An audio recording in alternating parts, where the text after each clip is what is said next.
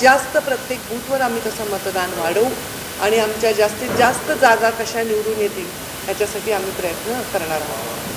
जागा वाटपामध्ये भारतीय जनता पार्टीला 160 ते 65, शिंदे गटाला 80 ते 85 आणि अजित पवार गटाला 55 ते 60 जागा मिळतील असं सध्या समजते आहे.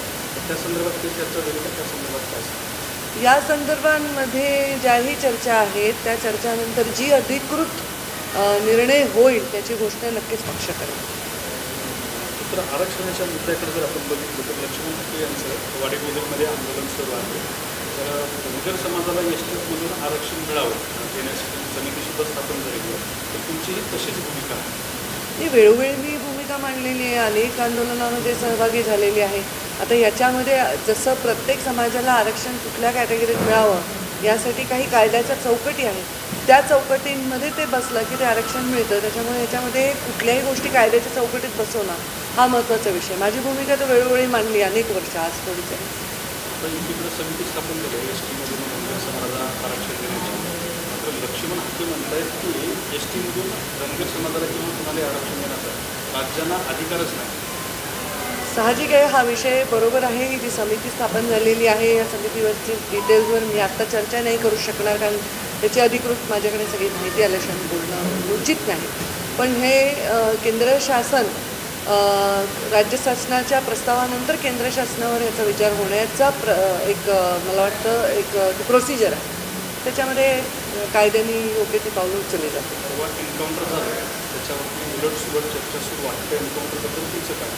माझं असं म्हणते की कुठलीही घटना जेव्हा घडते त्याच्यावर उलट आणि सुलट या चर्चा होतात, घडवल्या जातात. एका चिमुकलीवर अत्याचार झाला तेव्हा त्या अत्याचाराचा कुठेतरी कायद्याने कुठेतरी छडा लावला पाहिजे आणि त्या व्यक्तीला शिक्षा झाली पाहिजे, अशीच सर्वसाधारण लोकांची भूमिका होती. त्या ठिकाणी काय घटना घडल्या, एन्काउंटर कसं झालं याच्याबद्दलचा तपासांती विषय बाहेरच येईल.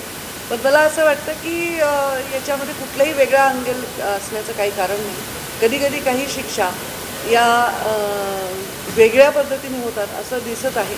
त्या चिमुकलीवर अत्याचार करणाऱ्या व्यक्तीवर अशा प्रकारे घटना घडली. ही घटना जरी दुर्दैवी असेल तरी न्याय तर लोकांना अपेक्षित होता. आता ह्याच्यावर जी चौकशी होईल त्याच्यातून बाहेर येईल की नेमकं काय आहे. कारण पोलिसांच्या अंगावर जर कोणी धावून गेलं तर पोलिसांचंही मनोबल राखणं आवश्यक आहे. पोलिसांनी स्वसंरक्षणार्थ एखादी जर स्टेप घेतली तर त्याच्यावर टीका होण्याचं मला वाटत नाही कुठलंही कारण आहे. तुमच्या आमदारात भाजपचे एकचंद सावरकर ज्या लोकसभेला 2 वेळेला विक्रमी मतांनी निवडून आल्या होत्या, मात्र त्यांना तुमच्यासाठी जागा सोडावी लागली. आता संसदीय राजकारणातून बाहेर आहे. तर येणाऱ्या आगामी विधानसभेमध्ये त्या काही लढणार आहेत का? कोणत्या मतदारसंघात? त्याच्यावर मी कुठलंही भाष्य आत्ता करू शकत नाही. माझी भूमिका सगळ्यांना माहीत होती. माझ्यासाठी सोडावी लागली नाही आहे, मला पक्षाने डिक्लेअर केल्यामुळे मला ती लढावी लागली असं ते चित्र आहे. तर त्यामध्ये आमच्यामध्ये काही विषय चर्चेत नाही. पक्ष जो निर्णय घेईल, आता युतीमध्ये मलाच जागा नाही कुठली लढण्यासाठी, त्यामुळे मी विधान परिषदेवर आहे. विषय जेव्हा असा येईल, जेव्हा लढवायची गरज असेल तेव्हा लढू, जेव्हा संघटनेचं काम करायची गरज असेल तेव्हा संघटनेचं काम करू.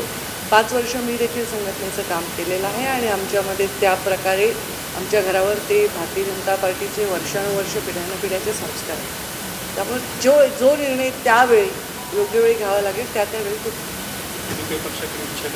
नाही. अशी कुठली इच्छा मी कधी स्वतःसाठी केली नाही आणि आत्ता काही करण्याचं मला कुठे कारण वाटलं तर नक्की करेल.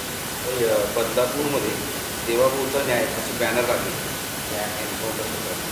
मी अशा काही कुठेही घडलेल्या कुठल्या बॅनरवर टिप्पणी करण्याचं काही कारण म्हणजे त्याच्यावरूनच बदलापूरच्या घटनेनंतर महायुतीच्या श्रेयवादासाठी लढाई सुरू आहे. वेगळे वाटते की आम्ही त्याच्यामध्ये सुरू आहे. मला नाही वाटत असं कोणी एक संविधानिक व्यक्ती असं करते. हे पब्लिकमध्ये काही रिॲक्शन असेल एखाद्या घटनेमध्ये जसा आक्रोश होता तसं काही कोणी करत असेल, पण कोणी संविधानिक व्यक्ती अशा प्रकारचे पाऊल उचलते असं मला नाही दिसत. भाजपचे प्रदेशाध्यक्ष चंद्रशेखर पवार यांच्या संसदेत एक शासकीय उपक्रम दिलेला आहे. भूखंड वित्त आणि महसूल विभागाचे